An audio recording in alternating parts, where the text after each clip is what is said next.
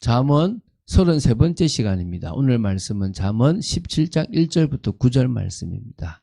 1절부터 3절을 합독하고 잠언 17장 1절부터 9절 말씀을 보도록 하겠습니다. 그러면 잠언 17장 1절부터 3절 말씀을 한 목소리로 합독하도록 하겠습니다.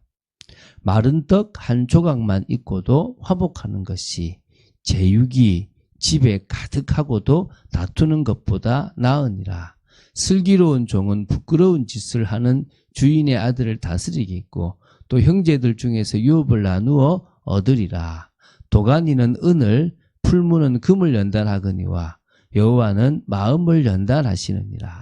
아멘. 오늘 주님이 우리의 마음을 연단하여서 주님 쓰시기에 부드럽고 온유하고 또 그러면서 주님께 순종하는 그런 마음의 사람들 되시기를 예수님의 이름으로 축원드립니다. 자, 지금 잠언 16장부터 22장 16절까지 191개의 단편 경구들을 보고 있습니다. 유사한 내용을 반복하면서 재강조하는 그런 방법이 병렬대꾸법이고요. 또 그리고 동의대꾸법입니다. 이 두 가지 방법을 주로 사용하여서 우리가 지혜를 좀 진짜 중요한 것들을 더 강조하고 있는 그런 경구들이라고 보시면 됩니다. 그래서 병렬대꾸법이라는 것은 이 한 절에 두 행이 있는데 이 두 번째 행이 첫 번째 행을 완성시키는 게 병렬대꾸법이라고 말씀드렸고요. 동의대꾸법은 두 번째 행은 첫 번째 행의 내용을 다시금 반복함으로써 강조하는 역할을 한다라고 봅니다. 그래서 이 두 가지가 다 이제 여기 나옵니다. 이렇게. 자, 오늘 보게 될 잠언 17장 1절부터 9절은 좀 짧지만 218경구부터 226경구까지를 보도록 하겠습니다. 9개의 경구를 보겠죠. 첫 번째가 1절부터 3절입니다. 외적 조건에 앞서는 마음의 중요성을 강조하는 이 세 개의 경구라고 보시면 됩니다. 지혜로운 삶은 마음에 달려 있음을 교훈하고 그 마음을 주님께서 단련해 주시고 바꿔주시는 것이 가장 중요합니다. 그래서 우리는 성령의 역사 속으로 들어가야 되고요. 이게 잠언 14장 10절부터 14절도 마음에 대한 거고요.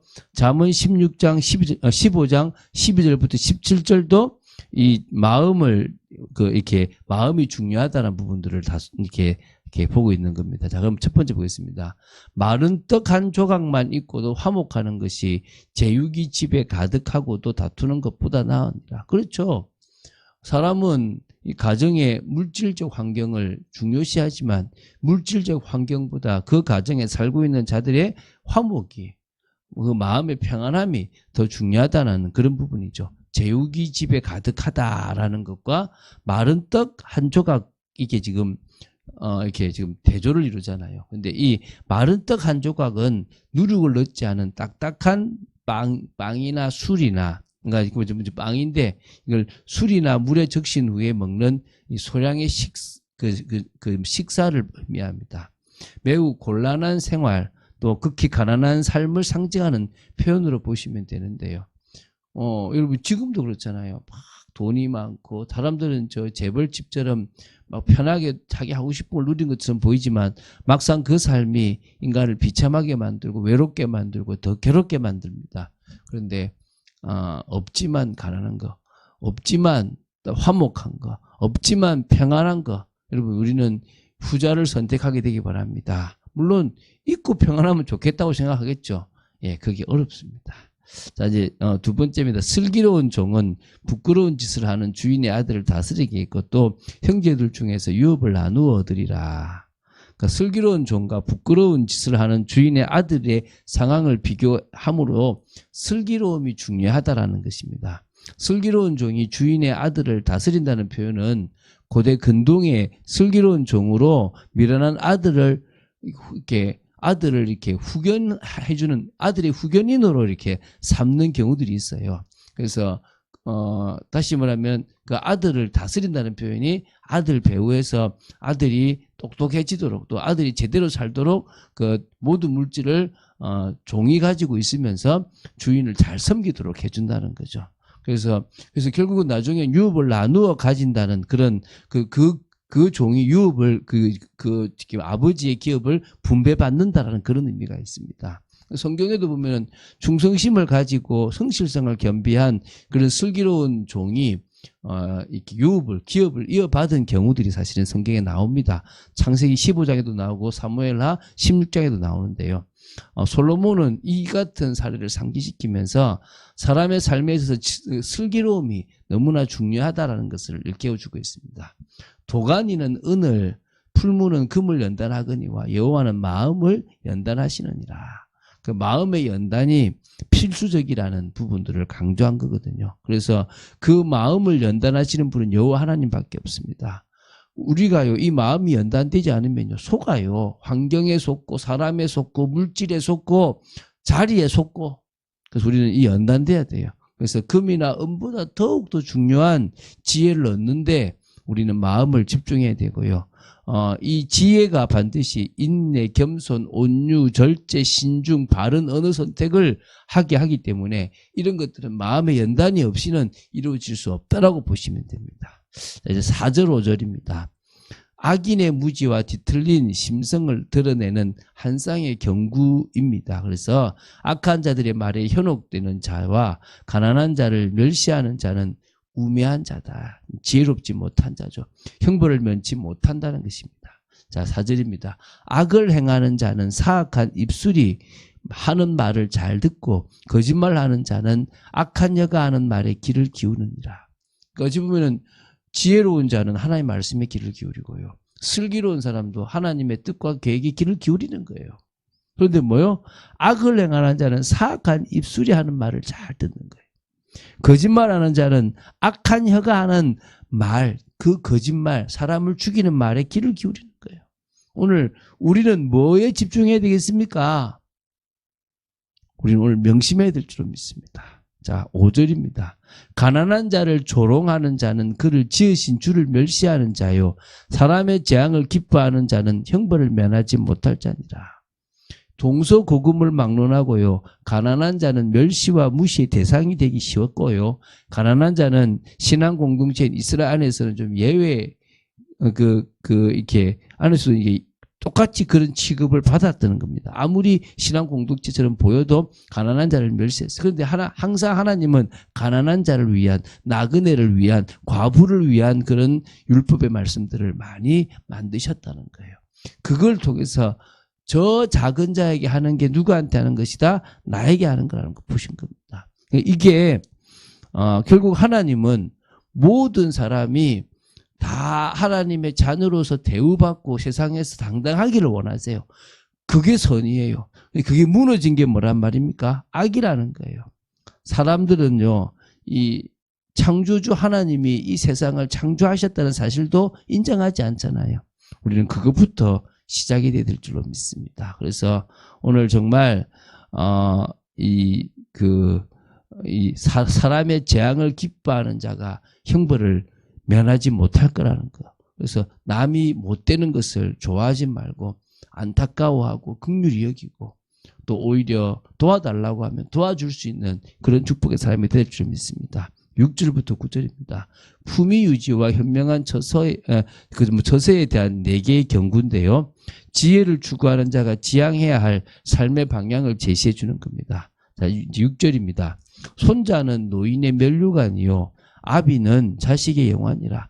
많은 자손은요, 가문의 번영과 형통, 또 재산의 풍요로움, 안정과 보호를 연상케 하는 그런 단어가 이 옛날 고대 시대입니다. 그래서 생육하고 번성하여 땅에 충만하고 땅을 정복하라는 다스리라고 하신 하나님의 창조 질서에 이렇게 동참하는 것이 또 있습니다. 그래서 솔로몬은 많은 자손을 영광, 권세, 명예로움을 상징하는 면류관에 빗대고 있는 거고요. 또 반대로 후손들에게 있어서도 훌륭한 조상들은 자신들의 미래를 밝히며 이게 열어줄 후광과 같은 거라고 보시면 돼요. 그래서 이스라엘은 한 개인을 소개할 때 뭐 직업도 소개하고 업적도 소개하지만 우리 조상은 누굽니다라고 하면서 우리는 누구의 아들입니다라고 하는 것을 소개하는 거예요. 자, 7절입니다. 지나친 말을 하는 것도 미련한 자에게 합당하지 아니하거든 하물며 거짓말하는 것이 존귀한 자에게 합당하겠느냐. 그러니까 존귀한 자로서의 품위를 유지하기 위해서 거짓말을 피해야 함을 이렇게 교훈한 경고입니다. 그래서 지나친 말을 하는 자, 그것은 멸시를 받는 미련한 자에게도 합당하지 않는다. 너무 막 칭찬해 주는 거는 그거는 누구도 좋아하지 않는 겁니다. 미련하다는 이유로 남을 무시하는 오만한 말을 한 것에 대한 이해를 구하기 어렵다면 하물며 신실하고 진실하다고 인정받는 자가 진실이 아닌 거짓말을 하는 것은 더욱 용납할 수 없다는 것을 전달하기 위해서 이 교훈이 있다라고 보시면 되겠습니다. 자, 8절입니다. 뇌물은 그 임자가 보기에 보석 같은 즉 그가 어디로 향하든지 형통하게 하느니라. 자, 뇌물이 가진 효과를 이렇게 표현하는데 좋은 표현은 아니고요. 뇌물을 사용하여 자신의 앞길을 형통케 하라는 의미가 아닙니다. 오히려 이는 뇌물이 갖는 이런 매력으로 인해서 뇌물에 의지하는 자가 많다 이 말입니다. 그래서 그 뇌물을 받는 사람은 그게 보석처럼 보이고 어디들 하니 그 날 형통하게 만들고 내가 뇌물을 주면 잘 될 것처럼 보이는데요. 그렇지 않다는 겁니다. 뇌물은 공정한 판단을 어렵게 만들고 억울한 자를 만들어내는 부분에서 하나님께서 미워하시는 부분입니다. 그래서 하나님은 이런 부분들을 원치 않습니다. 우리가 공정하게 사회를 만들어가야 될 줄로 믿습니다. 자, 마지막이죠. 허물을 덮어주는 자는 사랑을 구하는 자요. 그것을 거듭 말하는 자는 친한 벗을 이간하는 자니라. 제가 좀 부족하지만 저는 교회에서 블랙홀과 같을 때가 좀 있어요. 좀 요새 좀 진짜 하나님이 저를 좀 멍청하게 만드는 것 같아요. 누가 얘기하면 자꾸 잊어먹어요. 근데 그게 사람들에게 나가면 나쁜 말들이면 더 빨리 잊어먹어요. 저는 저희 집에도 뭐 거의 말을 잘 안 합니다. 왜 안 하냐 그러면 뭐 100% 안 하진 않지만은 우리 아내가 알아야 될 부분도 조심스럽게 얘기를 해서 알게 하지만 뭐 이렇게 알지 않아야 될 것 같으면 말하지 않아요. 왜냐하면 그 사람은 좀 진지하게 상담을 한 부분인데 그걸 내가 떠벌리고 다니는 순간부터 이 사람은 죽어버리잖아요. 그렇죠? 그래서 허물을 덮어주는 자는 사랑을 구하는 자입니다. 그건 맞다고 생각해요. 우리가 교회 내에서 누가 부족하고 이상한 모습이 있으면 덮어줄 수 있으면 좋습니다. 또 그것을 거듭 말하는 자는 친한 벗을 이간한다. 계속 강조하고 또다시 말하면서 그 뭔가를 의도한다. 잘못된 거죠. 이간하는 것입니다. 그래서 우리가 말을 지혜롭게 하는 것이 필요하겠죠. 여러분, 우리 마음과 남과의 관계에서 언어들 이렇게 참 중요하다고 보시고 부요한 것보다는 정말 가난하더라도 정말 주님 앞에 서는 것이 나은 걸 기억하시기 바랍니다. 그래서 우리 성령의 역사 속으로 자꾸 들어갑니다. 이걸 성령의 역사 속에 있는 사람으로 본다면요. 우리의 삶이 참 귀합니다. 어제도 누가 전화가 왔더라고요. 전혀 몰라요. 자기가 너무 어렵다고 도와달라고. 근데 우리가 그러잖아요. 누가 우리를 가달라 그러면 심리를 가지고 뭐 이렇게 좀 그러잖아요. 성경 말씀에. 제가 전혀 모르는데 그냥 제 돈으로 그냥 10,000원 줬어요. 그냥 뭐 이게요. 맞다 안 맞다를 떠나가지고 하나님 우리에게 그걸 주신 이유가 그거라면 그냥 그래 좋다. 저 사람이 나한테 전화해서 몇 사람한테 해서 하루에 자기가 돈을 버는 거라면 그 사람의 망함은 그 사람한테 있을 거고 뭐 우리는 뭐요? 사람들을 도와주자. 사람들을 위하자. 사람들을 살리자. 그래서 성령께서 기뻐하시는 일들을 향해서 나아가자. 그런 축복을 누린 여러분 되시길 주 예수 그리스도로 축원드립니다. 주는 그리스도시요 살아계신 하나님의 아들이심을 고백합니다. 말씀 따라가는 축복 속에 있도록 지켜주시고 하나님의 역사 속에 있도록 지켜주시기를 간절히 소원합니다. 오늘도 저희들이 주님을 바라봅니다. 늘 주님이 우리의 마음을 연단하여 주시고 바꾸어 주시고 인도해 주시기를 간절히 소원합니다. 주 예수 그리스도 이름으로 기도드립니다. 아멘.